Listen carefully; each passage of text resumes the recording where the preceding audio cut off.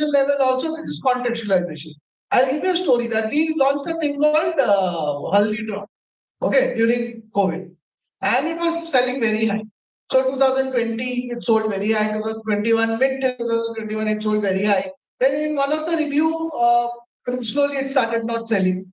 In one of the review, our CEO asked, Haldi Drop is a new product which is launched, but the market share is falling or the sale is not happening. What happened?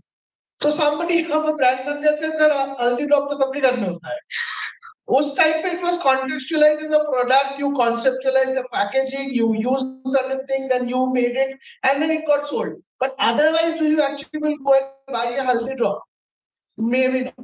Unless there is a very big marketing story, right? So contextualization is something very important. But Dabur has a different problem. For Dabur, we have been a promoter of health and wellness way beyond COVID, right? Our Chyawanprash had immunity written on it way beyond COVID. Now the immunity has become a buzzword, and now we are having a problem in our organization. We are calling immunity fatigue. People are not wanting to hear about immunity. And I cannot talk Chyawanprash without immunity. I cannot say that it is something else. It was always immunity for last 70 years of existence. So now Dabur has a problem of how do we move out of this health and wellness agenda and talk something else? No. So that's the vision of the company. The organization says that health and wellness for every household. I do not want to change from that. We do not want to change from that. Within that, whatever contextualization can be done is to be done. If you see what is happening around, and I shall on the floor, but still we will give that some basic example. It's there on website. If you see that is slowly moving into a lot of food-based items because COVID told us कुछ भी हो जाए लोग शायद उस time पे च्यवनप्राश खाया था हल्दी drop was thinking and all that. They were not taking these. They were not buying juices. Juice is not a very important item in their grocery list. But atta, chawal, dal, pulses, oil, ghee, masala, these are all there. And if you see what Dabur is doing now, that they are going into foods. So that is what is the strategic competition. We know what we are doing. We know our products and brands. There are times when the competition comes from somewhere else. Hajmola candy sale suddenly dropped around 3-4 years back. When we dig deep into it, we realize that who was the competition? Any idea? Toffee economy. We used to call it toffee economy. Huh? Now the toffee economy is a perfectly Hajmola candy and many other pulse. So these are so pulse thrived because of its product quality. The rest was all used as an alternative to loose change. So you never know where your competition will come from.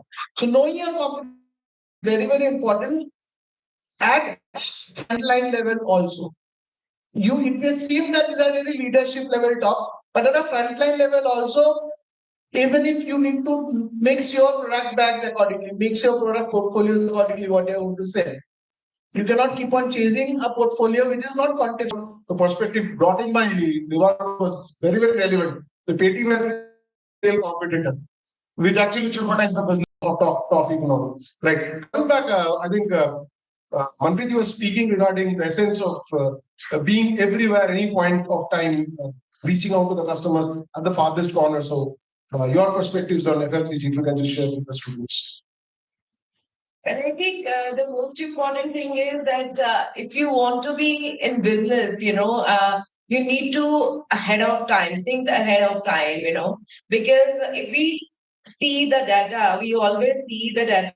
हम अपने घर में भी देख सकते हैं what we were just think कि हमारे grandparents जो use कर रहे हैं, your father mother would like to, just say कि नहीं ये नहीं थोड़ा change है, उनको भी लगना चाहिए ना कि मैं थोड़ा सा आगे बढ़ा हूँ जिंदगी में, तभी ऐसे लगता है. तो अगर हम ahead of time सोचते हैं तो वो प्रॉब्लम नहीं आता. तो I think we as a HR leader, when we are recruiting people, we always put a bench strength, we always put a a potential matrix, natural जो भी हम thinking leadership बनाते हैं, इसलिए भी बना लेते हैं क्योंकि research and development में भी डालना पड़ता है. We put a lot of money to that also.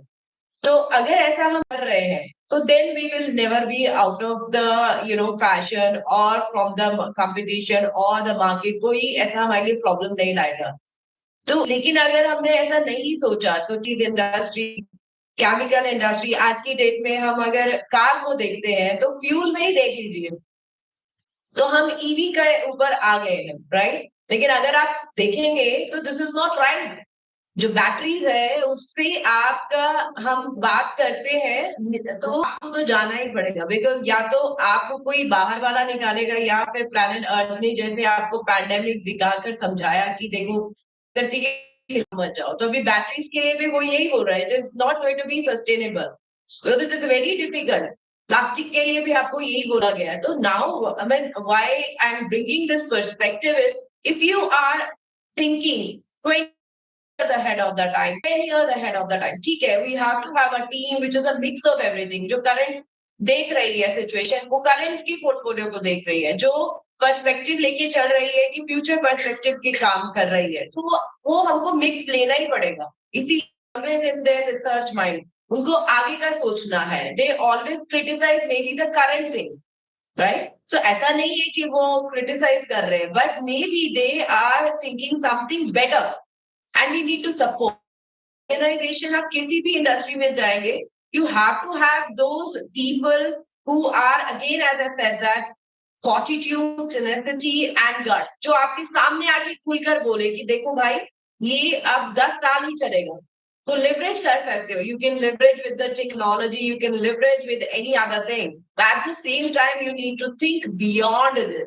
तो अच्छी बात है, अभी तो हमारे पास डेवलप्ड कंट्रीज के एग्जाम्पल हैं, हम डेवलपिंग कंट्री है तो उधर से भी काफी कुछ सीख लेते हैं ग्लोबल के नाम पे. So the only way of understanding is if you are having some strategic thinker, आपके पास में थिंक टैंकर है जो कि आपको 10 या 15 साल आगे, लेकिन कम से कम लॉन्ग टर्म गोल प्लानिंग अगर आपके यहाँ पे प्लानिंग एंड डिपार्टमेंट है, तो I don't see you have any challenge. In the next round, are we okay? Once more? Okay. So, this round, I'll start off with this particular sector of these three HR specialists. So, this is interesting in terms of how we are nurturing, how we are charting the journey of our leadership, starting from the talent acquisition, training, development. Feel on yourself that is it very important to become a specialist or to become trying to become a specialist in multiple areas of multitasking, right? And interdisciplinary approach, and as well as how do we nurture this from the entry level to the mid level to a very senior leadership position. So your thoughts and your practices primarily in your on. Well, to answer that question, I feel that it is all about, we need to have this perspective in our head that, yes, what is that organization we are looking at? As I said, a leadership team to go ahead. Because that point in time, only these executive programs have come into the existence, like IM, Symbiosis, or maybe Accelerate. Before that, they were like a full-time courses. But because they are already working employees. So about 3 months, 2 months, 6 months, 5 months. So those courses were there. We have already invested in the young leadership program. So then we say that, okay, fine, you take a maybe sabbatical and you acquire that whatever is missing in our inventory in terms of the talent or in terms of the skill set, and you bring it to the table. And why would not I want you to, basically take along with me in my expansion journey? Because in any which ways, it is about 30 to 40% costs, when we have to acquire a talent from other than our own company. And then there is a challenge. We always talk about 90 days immunity tests, that I don't know whether that guy or girl is going to stay with me immunity test, and we do hand holding. So that is quite not depending upon the organization, the framework of the HR. If they believe in their own people and they would want to retain them, these are the retainment tool policies. So I think yes, we should work on the organization. When you look at an organization where talent can be, you can give some time to build our talent. It is always good to do that, right? But as a student, and I would try and tell you what. So a brief idea about what generally an organization follows and how you should amalgamate that process in your journey so that you actually match that, right? So there is a process within the organization and there is a journey that you're going through. If that is not parallel or matching, then it will never meet. And if it doesn't meet, then the talent will not be identified, right? So as an organization, what we all do, and most of the organizations generally has a talent identification process. Either it could be a performance management system, or it could be a monthly ranking system, or it could be a yearly ranking system, or some third or the other. There is a some quantitative matrices on which people do score something, they get ranked, and then on consistency basis, they get identified as organization is doing to get identified. But as a student, as a people in that organization, what you should be doing, you should also try and understand how should I be a differentiator. Because when you come to join us from campus, or maybe when we have a pool of within the organization, it's a pool of people. It's a group of homogeneous group of people, right? Out of that, whom do I identify as a talent is a responsibility of yours to showcase to the management that, okay, I am a differentiator here. So you have to find out what are your differentiating points and exhibit that to the management. Identify.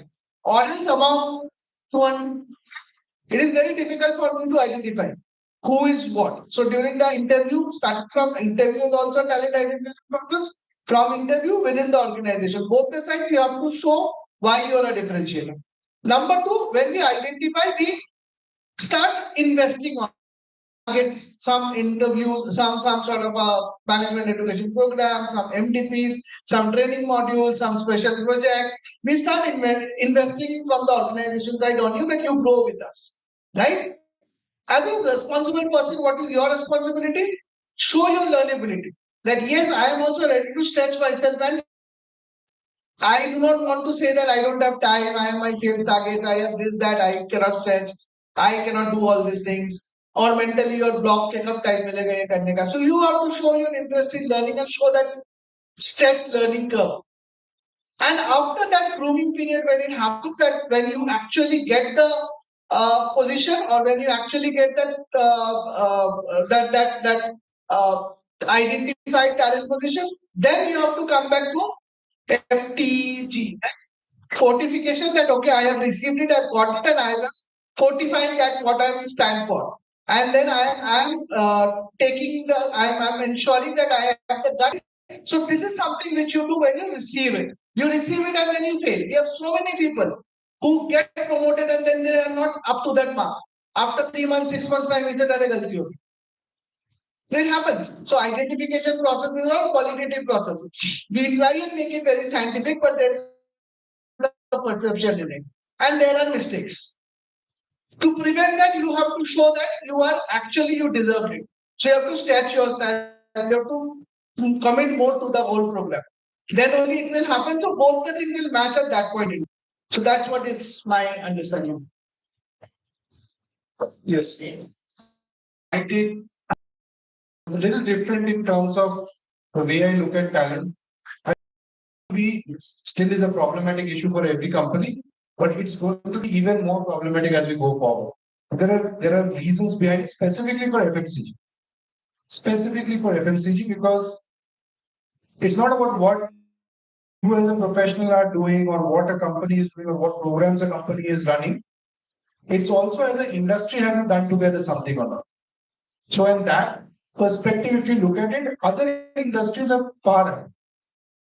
So for example, the BFSI and the banking industry, they had to a certain extent solved this puzzle quite some. And I remember when I was with ICICI at that time, and yeah, so disciple of Ram Kumar, and he said that hiring at the front line is a supply chain problem. It's not an HR problem at all. The problem is happening because we are expecting walking, talking bots to do that job. What do we require there?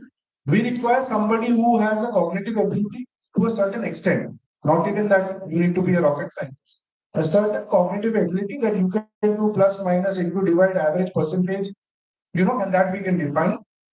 Somebody who has a passion and a drive to sell, to go to the house or at that point of time. So why are we overcomplicating our processes? And that's how multiple channels and that's how a couple of the private brands came together and they said that we all need the same skill set and we are training them different ways in our academies. So they all came together and that supplies a large chunk of their, on what you see in the branch banking, when you go to the retail branches, you will see people sitting there or coming to homes and selling their accounts.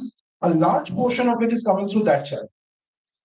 Now, FMCG, in a way, companies are selling different products. So only what product are you selling? Somebody is selling food, somebody is selling personal care, somebody could be selling, something which is a little different is probably the frozen line. Dairy and frozen will be a little different in that sense, right? But essentially, whoever is selling on the frontline level is essentially supposed to do the same kind of work. He has to go to the shop at the right time. There are 7 steps of sales that person has to follow. But somehow, as an industry, we have never come together and said that, let us all, which the banks did. They went to the farthest of the tier 3 towns, took graduates from there, ran them through transformed their lives over a period of time. So one part is, as an industry, we probably need to come together. I have not seen a lot of talk happening around this also till now. Second is breaking this talent problem into 2 parts, saying that what is my commodity hiring, which is my front line, which I accept have a large churn. People will come and go, come and go. And then there is a managerial. So that part is sorted. Every organization has their own, large setups who have been there, as I said, are generally they have their processes set. They are fairly working on a higher percentage of build. And for each function, the career paths are pretty right. So they have divided into boxes and all of that. So that part is already taken care of. It is a front line which people are not able to solve.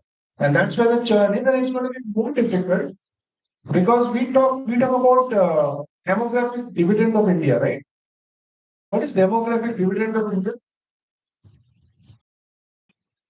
That most of our population is young, right? There is a large proportion of our population. We have been hearing this for the last 10 years. I'm hearing this. Last 10 years से हम लोग 60% young हैं. तो ये 60% एक साथ ही बुढ़े होंगे. That year, in one of the analysis I was listening was 2030, 2035. It is that close, right?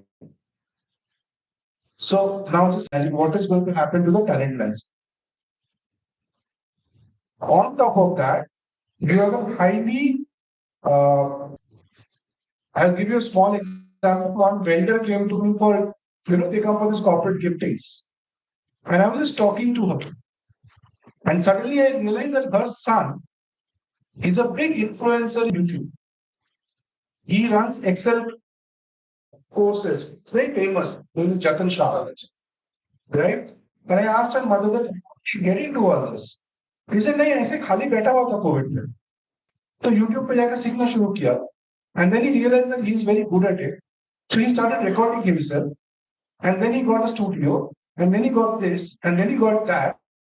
In 2 years, his last year annual turnover was 8 crores. I will take 8 more years to earn that much. So, and what I'm saying is the landscape is changing. People will identify other ways of having income. Our past generation was a lower middle class, like my parents. So I'm not trying to scare anybody or saying be a doomsday. I'm just saying that there is going to be a challenge, and we have an answer for today what we are doing. Really, we haven't thought about what is going to happen. That is quite unpredictable. Actually, you people always use something which is called a psychometric test. क्या देखते हो psychometric test? Like, some technically honestly, did you see that person excellently scored in psychometric and what has been the journey, brilliant journey ahead, and take up in 2-3 years, one promotions and going ahead very fast. So what is that in, sanctity of those psychometric tests? Want an honest answer? Yeah. Can I spell it out? Go ahead. See, for my theory, psychometric test is basically a tool which HR uses to justify his or her decision. It has got very less to do with what your psychology is all about. We use it mostly to convince our management. Yes, हमने मुझे लगा था ये बहुत अच्छा है. Tool ने भी यही बोला. So this is right fit. You all both of you think in that level itself, or no? So what I feel is that look, psychometric tests I have used in various organizations. Unfortunately, in none of the organizations I have seen whatever that there has been any attempt to see the correlation. Yes. Forget, I will know whether there is a correlation or not if I attempt to 6 months back, nobody questions, okay, इसका score क्या results क्या आ रहा है उसके confidence. So the answer will come when organizations at an empirical level try to analyze and see whether what you saw in the psychometric is actually happening on the ground or not. Right? That's number one. And there's always this writer saying this is indicative in nature and not absolute. But largely, I personally find, cognitive test to be a better predictor of performance. Cognitive test to be a better predictor. And the second one, which nobody talks about, is the highest predictor of performance is not interview. Because it's really very difficult for people to understand in a 1 hour interview whether this will work for me or not. They want to just have a understanding that okay, am I going to be able to work with this guy or not? Largely, or doesn't broadly know what I'm talking about, right? But that doesn't mean that clients will perform, right? In my experience, the most underrated, very few times you'll find it going wrong, right? And so for a lot of one simple advice to all of you, people who think that they can come to a company, leave and walk away and nothing will happen are in for a ride. It happens. People find out this happens. This person left this company. They don't get the job here.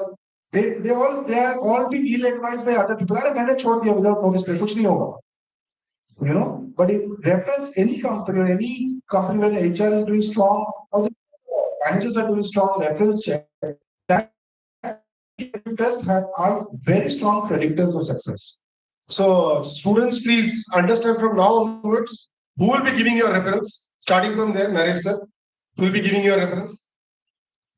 G. Praveen sir, Abdul sir, Vinay sir, Raj sir, Yashna ma'am, Mahendra More sir, Nilesh Kade sir. All are referees. Some you will see all of our names in your alumni, some series of the others. So reference, right? So if you have to get good reference, be in the good books. Clearly, you are the prime reference.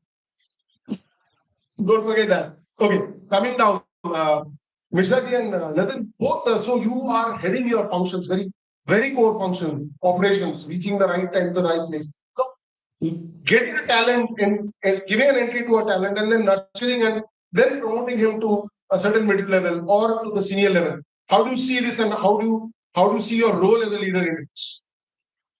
These processes on HR person. But I think look at Marico, we have been about 90% of our leadership has come from within. So there is definitely some method to the madness which is there, which is applied, which actually helps us possibly sort out, call out people who can grow and all that. And I think that's a framework which possibly has worked here within Marico. Maybe I can kind of share that. I myself is an example. Within Marico, spending more than 20 years. Trust me, there are many people At least in my function, I can assure you, and many people like me, starting with, how do we acquire talent, the kind of experience we try to give them at the very start.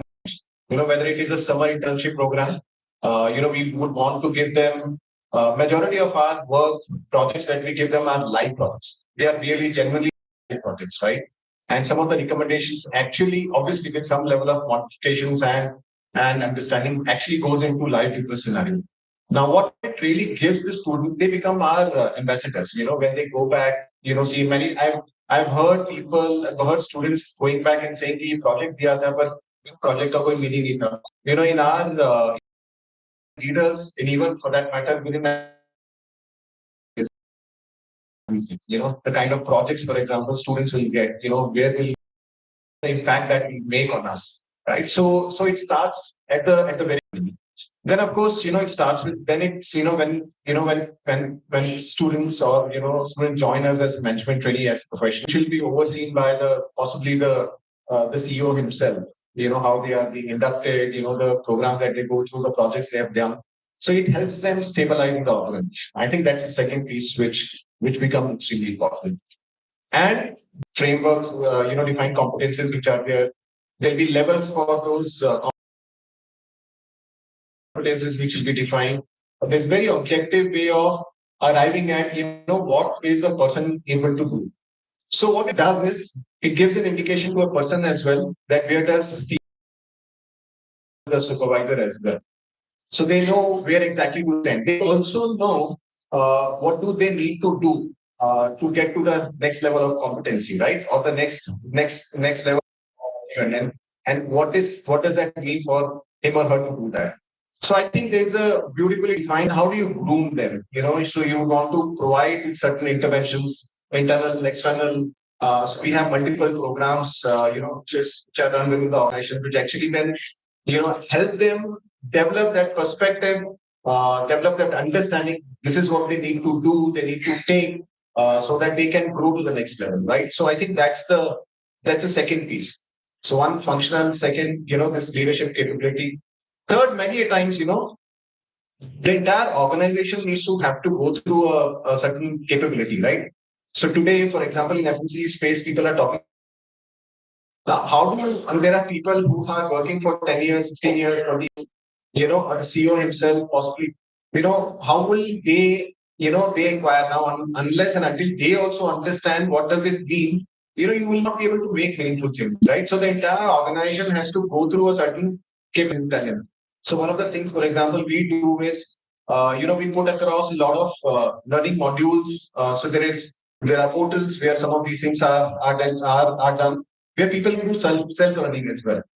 All of these things, then essentially gives a guide to the people on what they can do, what they can learn, and people obviously who show interest and who continually develop those things, they show up, and again in the leadership journey, they kind of typically do well.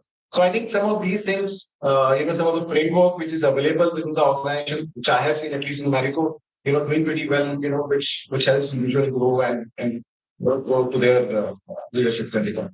And then this framework which we are speaking continuously, this is very important for the organization to set that framework very right, so that there is an automated process when which my talent gets captured and I get my reward and I get myself elevated to the next level throughout the entire growing journey. Yes, Mr. Ji, your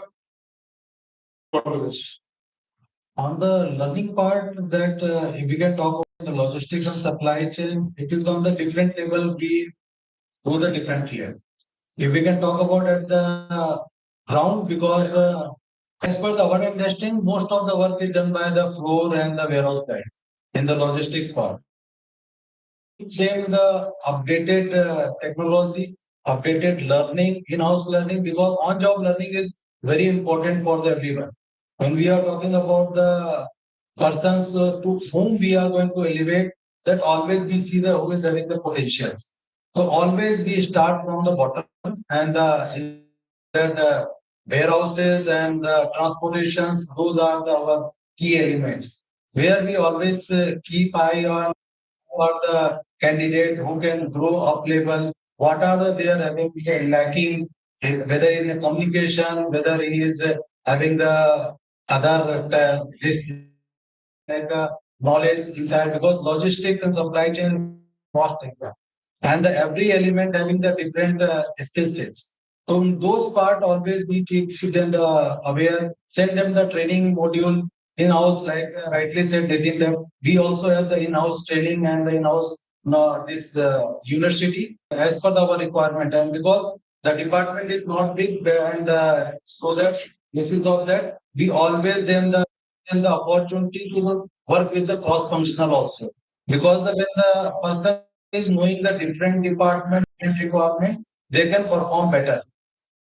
Is send them the plant side, offside, in the regional side, warehouse side, so that they can also understand how we can uh, go through that the proper knowledge sharing, proper execution, so that it can be having the mix and match and they can perform better. If they are thinking that sitting in the office we can do better than the ground, that is not always right. So that we always give them the on-job training to go there, understand, and then accordingly plan of action can be ready. So that it can be the give the longer mileage for the further leadership's the elevation and other. Concept of it is not a ladder, it is a spiral staircase. And now we are saying that it's more of a zigzag that happens, right? But it largely depends on whether you're a specialist role or whether you are pursuing a generalist role. So, in a typical FMCG setup, whichever function you cover, whether it is sales or logistics, see, in supply chain also, if you look at it, all the functions are divided into certain boxes, and you need to tick those boxes. You need to have acquire that knowledge and be an expert, and then see that did I get the scale and width of knowledge around it, right? So those example supply chain, there will be logistics, there will be sourcing, there will be manufacturing operations, right? There will be distribution management, like where do you open a warehouse, how much will be the size, what will be the throughput, do I require it here or not? And most importantly, there will be something called planning, right? Which is highly functional in nature, if I'm not mistaken, on your how do you plan the demand and statistically how do you plan it, right? So if you want to be a specialist, you need to be very, very good at each one of these. And as you grow over in life, the organization will provide interventions to help you become shape yourself as a leader. I don't think you become a leader. I think you just kind of arrive at being a leader in some catapulting God is being used here. Well, just thrown in the fire, and then what emerges is a form of leadership, right? What the organization largely does is probably give you a framework and boundaries saying that, this is what leadership means for us, which will differ from one organization to another organization because the competency framework itself will differ. So that I think that is some of the first step that you need to understand is don't want to be a specialist. Now, when you become a generalist, then the career path might be different. So in the sales, you will do ASM roles, you will then move up to a trade marketing sales development role, then to a P&L role, then you will. Right. So very early in your lives, you don't honestly you don't know, but there could be a few people who have very very strong sense of clarity. This is where I need, but in my experience, those are far between. Right. So many a times, it also comes down to the trust that you have.